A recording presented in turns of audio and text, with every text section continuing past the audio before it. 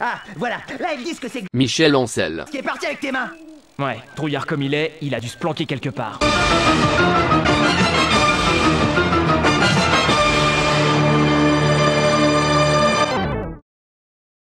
Si vous êtes un habitué de la chaîne, vous savez que j'aime Tron et la série Megaman. Elles ont plus qu'un truc en commun, mais le plus cruel, c'est que tout le monde s'en fout et que ça me fait mal. Coïncidence troublante ou douloureuse si vous êtes moi, j'aime beaucoup la série Rayman et on n'en entend plus beaucoup parler de nos jours. Pour les deux du fond qui connaîtraient pas cette icône 100% franco-corico, Rayman est le héros d'une série de jeux vidéo créée en 1995 par Michel Ancel et a été la mascotte d'Ubisoft pendant des années avant de disparaître de l'inconscient populaire quelque part autour de 2013. Pour aujourd'hui se contenter des miettes. Le dernier jeu datant de 2019 sur mobile est calqué sur le modèle des 3 Endless Runners sortis avant lui en 2012, 2013 et 2015, eux aussi uniquement sur mobile. Alors qu'est-ce qui s'est passé ? La réponse est ô combien d'actualité, si on prend en compte le fait que j'ai scripté cette vidéo avant la présidentielle. Puisqu'à l'heure où le débat politique est centré plus que jamais sur l'identité à la française, Rayman était au sommet de sa gloire lorsqu'il n'en avait pas.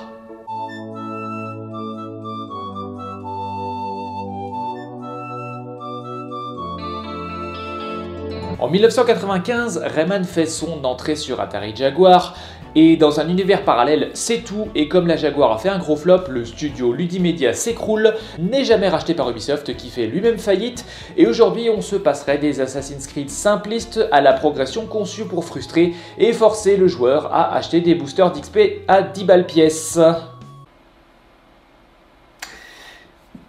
Oh, j'ai des problèmes.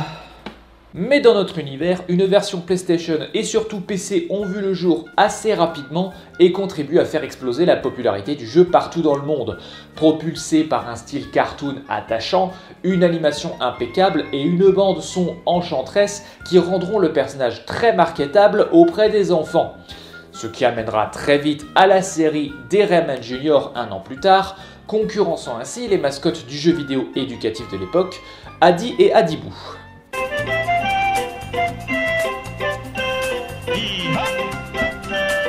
Quelle maîtrise! Quelle légèreté, Rayman!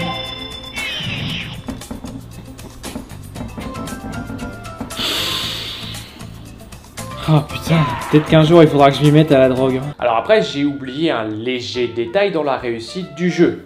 C'est que les mécaniques sont quasi impeccables. Le jeu est un platformer 2D avec un focus placé sur la précision du mouvement. Les mécaniques sont rigides pour limiter les erreurs, là où d'autres jeux comme Mario ou Sonic ont des comportements glissants quand on s'arrête d'appuyer sur la manette. C'était très standard pour l'époque et sans réinventer les codes du genre, Rayman montre qu'il en maîtrise toutes les subtilités avec des concepts graduels et faciles à intégrer et une courbe de difficulté savamment dosée. Il était donc logique que les fans en redemandent et ça a ouvert la voie à un prototype de Rayman 2 en 2D comme le premier, mais aussi une propension par Ubisoft de porter le jeu sur tout ce qui passe. Avec au fil des années des portages sur Saturn, Game Boy Color, Game Boy Advance et Nintendo DSi, tous avec leurs petites particularités. Pour ce qui est du prototype 2D, Ubisoft s'est retrouvé face à un choix. S'enfermer dans un modèle avec des jeux de plateforme 2D, comme la série Megaman a fait et on en a vu le résultat, ou suivre l'évolution du jeu vidéo et enchaîner sur des grands mondes en 3D. Et Ubisoft a choisi.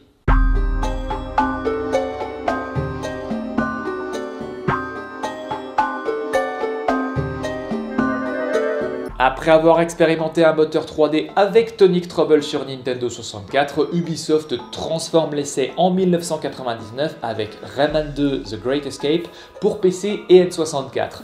Le jeu tranche avec son prédécesseur qui avait un côté enchanteur pour... Oh non, je me sens faible et mes pouvoirs ont disparu.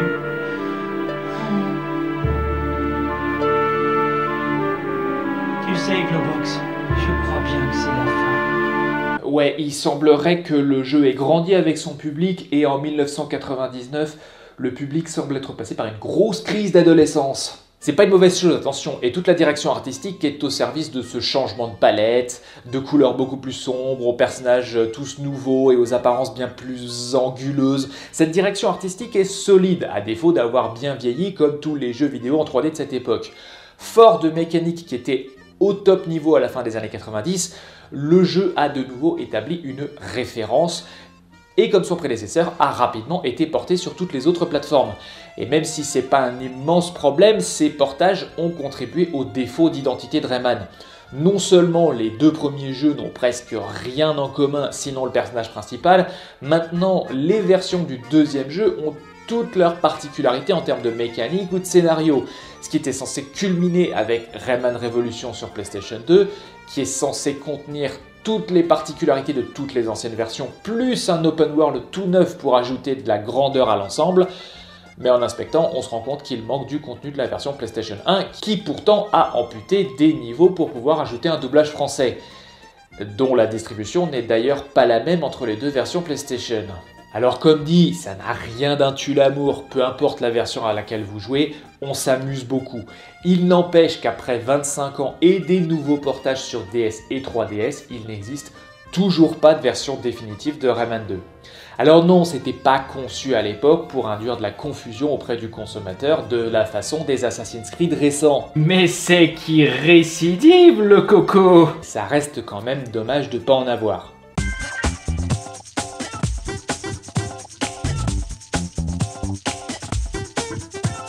Rayman 1 et 2 étaient de trop gros succès pour rester trop longtemps sans suite, et c'est pourquoi en 2003 sort Rayman 3 Hoodlum Havoc pour PS2, Xbox et GameCube, un jeu qui pour la première fois sera réalisé sans la supervision directe de son créateur Michel Ancel, qui à ce moment-là est à la tête du projet qui deviendra Beyond Good and Evil.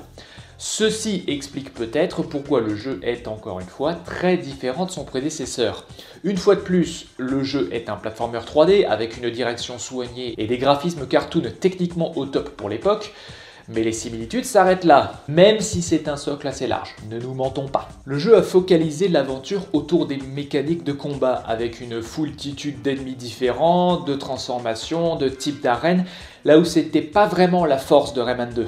Le jeu passe également d'une ambiance glauque à une espèce de soirée open mic et le contraste est saisissant. Salut Rayman, content que tu te sois échappé. Alors, comment ça va la saucisse?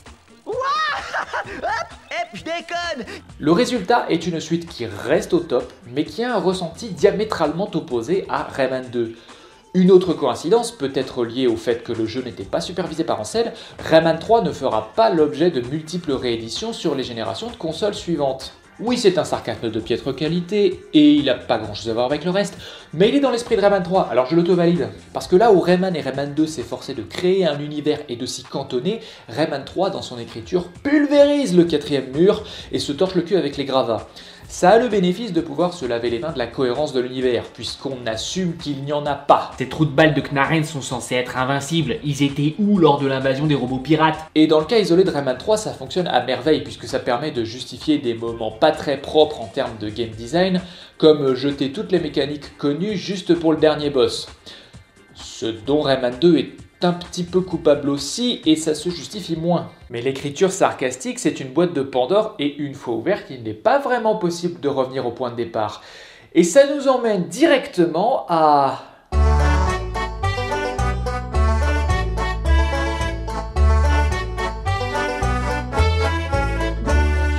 Il s'est passé quelques années sans qu'on entende parler de Rayman, et c'est aussi une époque où le monde du jeu vidéo subissait une mutation profonde, avec notamment l'essor de YouTube dans la communication et l'arrivée de la Wii qui a bousculé les usages et les façons de consommer et donc de produire les jeux vidéo.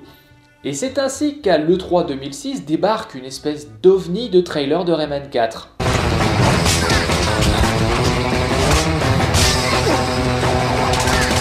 Une rapide analyse indique que ce jeu potentiel aurait été un beat'em up qui se serait encore plus spécialisé dans l'action que Rayman 3, en contrepartie de l'abandon du format du jeu de plateforme qui perdait de l'intérêt dans l'inconscient populaire au profit de jeux qui avaient mieux marché, ici God of War. On apprendra en 2012 qu'un Rayman 4 sous la forme d'un jeu de plateforme 3D avait été en développement quelque part entre 2004 et 2006 et qu'il aurait dû être très similaire au Rayman originel.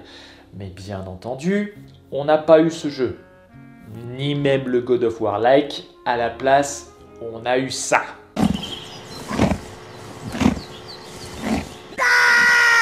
Plutôt que de subsister dans le côté action de Rayman 3, Ubisoft a préféré en accentuer le côté humour. Mais une fois de plus, c'est pas le même type d'humour.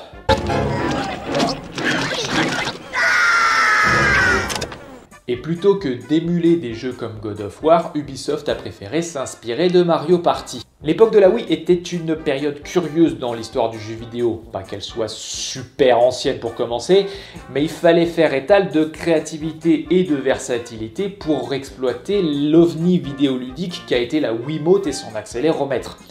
Pour en tirer profit au maximum, la solution de facilité était le party game, et il y en avait une palanquée sur Wii. Mais le problème d'un party game, c'est que c'est un type de jeu qui par définition manque de structure. Et c'est donc difficile de construire des fondations scénaristiques dessus.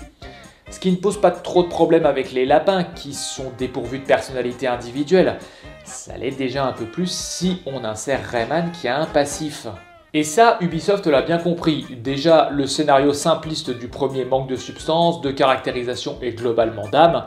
Dès qu'il a fallu se lancer dans les suites au lapin crétin, Rayman a été progressivement évincé de sa propre série jusqu'à en disparaître complètement à partir de la grande aventure. L'ironie dans tout ça, c'est que Rayman, tout en n'ayant toujours pas un jeu à identité fixe, a été giclé par Ubisoft parce qu'il avait un personnage trop établi et complexe pour l'époque qui privilégiait l'humour simplet à base de hurlements et d'aléatoires.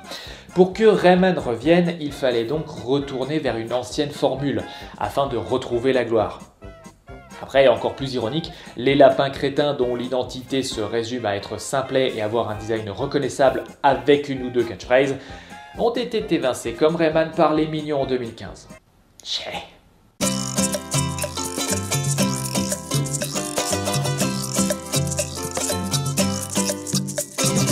Ubisoft va donc continuer de suivre les modes puisqu'en 2011, avec la résurgence du jeu de plateforme 2D aux ambiances rétro, l'éditeur nous proposera Rayman Origins, un retour aux sources comme beaucoup de franchises se sont offertes au fil des années. Ça c'est la théorie. En pratique, c'est une toute autre histoire.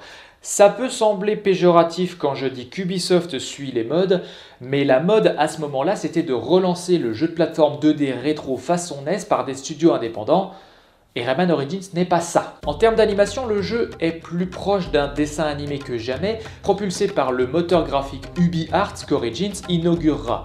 Le jeu est de retour à la plateforme 2D, certes, mais la suppression de vie au profit d'un try and die place la mécanique principale sur la vitesse d'exécution plutôt que la précision dans la plateforme. Ce qui fait qu'une fois de plus, des systèmes aux apparences similaires ont un ressenti très différent.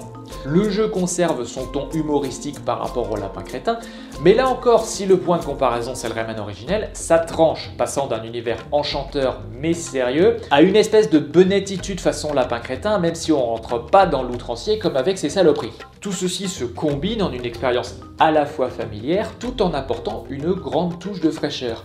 Et même si ça reste anecdotique dans un jeu qui a conquis la critique, on retrouve les Ubisofteries qu'on a déjà vues dans d'autres jeux de la série, avec la présence exclusive de contenu scénaristique dans une version Vita sortie en fin de vie de la console, donc très facilement ratable, mais aussi l'absence de contenu présent dans le trailer de lancement qui justifie un point de sémantique très curieux. Un jeu qui s'appelle Origins s'avère en fait être une suite aux trois premiers, mais pas les lapins crétins. Alors que le trailer de lancement est on ne peut plus clair sur la nature de préquel, mais clairement des trucs se sont perdus lors du développement. Essayez de rendre tout ça sensé, même compréhensible, je prends.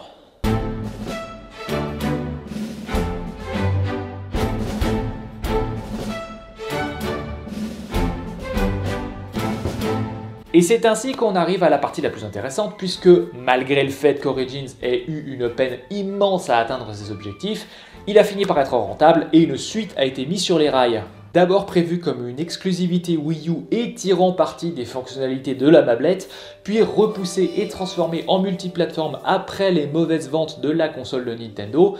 Et un peu comme avec les lapins crétins sur les portages PS2 et Xbox, on ressent les vestiges de l'exclusivité Wii U avec une foultitude de niveaux conçus pour être joués avec uniquement un écran tactile. Bon, heureusement ça détruit pas tout le concept sur les autres plateformes comme avec les lapins crétins, mais si on enlève ça, Rayman Legends c'est Origins 1.5.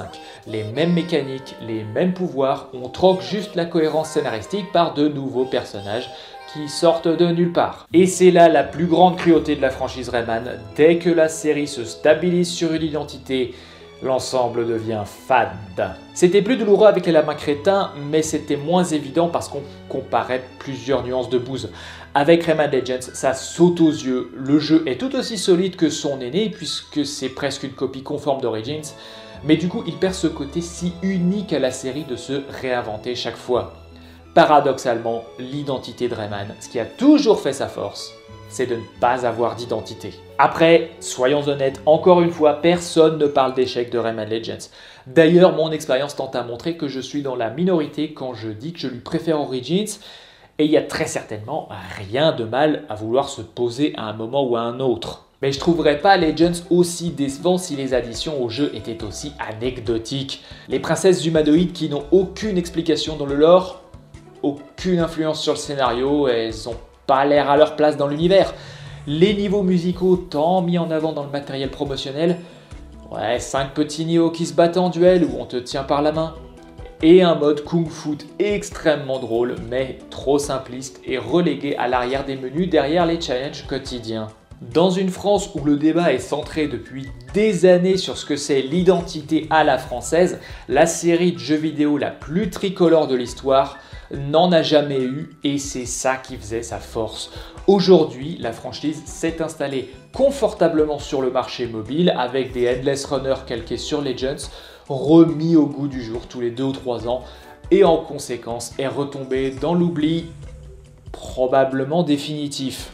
Le jeu de plateforme n'est plus qu'une variable d'ajustement et Michel Ancel a quitté Ubisoft ainsi que le monde du jeu vidéo dans sa globalité, juste avant que des allégations sur son comportement douteux ne soient rendues publiques. La mort présumée de la série Rayman est peut-être porteur de 2 enseignements. 1. Ne faites jamais confiance à Ubisoft, jamais. Ils ont tendance à embaucher des gens pas très nets auxquels on s'attache et après on en revient toujours au même débat de séparer l'homme de l'artiste. Et 2. Dans le cas de Rayman, une identité, c'est presque superflu. C'est une image, c'est une complaisance. Au-delà de sa face iconique et de son gros nez posé au milieu, Rayman était au top lorsque le jeu avait une vision et les moyens de la réaliser. Rayman 1, 2 et 3 n'ont la renommée qu'ils ont que grâce à leur ambition et les moyens mis en œuvre. Je veux dire, Ubisoft a créé un jeu tout entier, à savoir Tonic Trouble, juste pour s'assurer que le moteur de Rayman 2 était viable. Mais c'est justement lorsqu'il a fallu se poser dans une niche que la série s'est éteinte. Alors d'autres séries se sont enfermées dans le même marasme, Call of Duty pour ne citer que lui, et c'est une série qui continue à faire un carton malgré le manque d'innovation grâce à d'immenses campagnes marketing. Alors que dans le même temps, Ubisoft a arrêté de soutenir sa série et en conséquence, aujourd'hui, tout le monde s'en fout de Rayman. Du coup, en conclusion, si vous ne deviez retenir qu'une seule chose de la saga Rayman, c'est que c'est pas la peine que les gens se souviennent de vous pour un truc précis, vous vous y perdrez sur le long terme. Au contraire, réinventez-vous constamment et donnez-vous toujours à fond. Et si ça marche pas, ça veut dire qu'un pourri inexplicablement haut placé ne croit plus en vous. Et vous ne voulez pas prendre le risque de finir comme Rayman, parce qu'il a fini comme ça.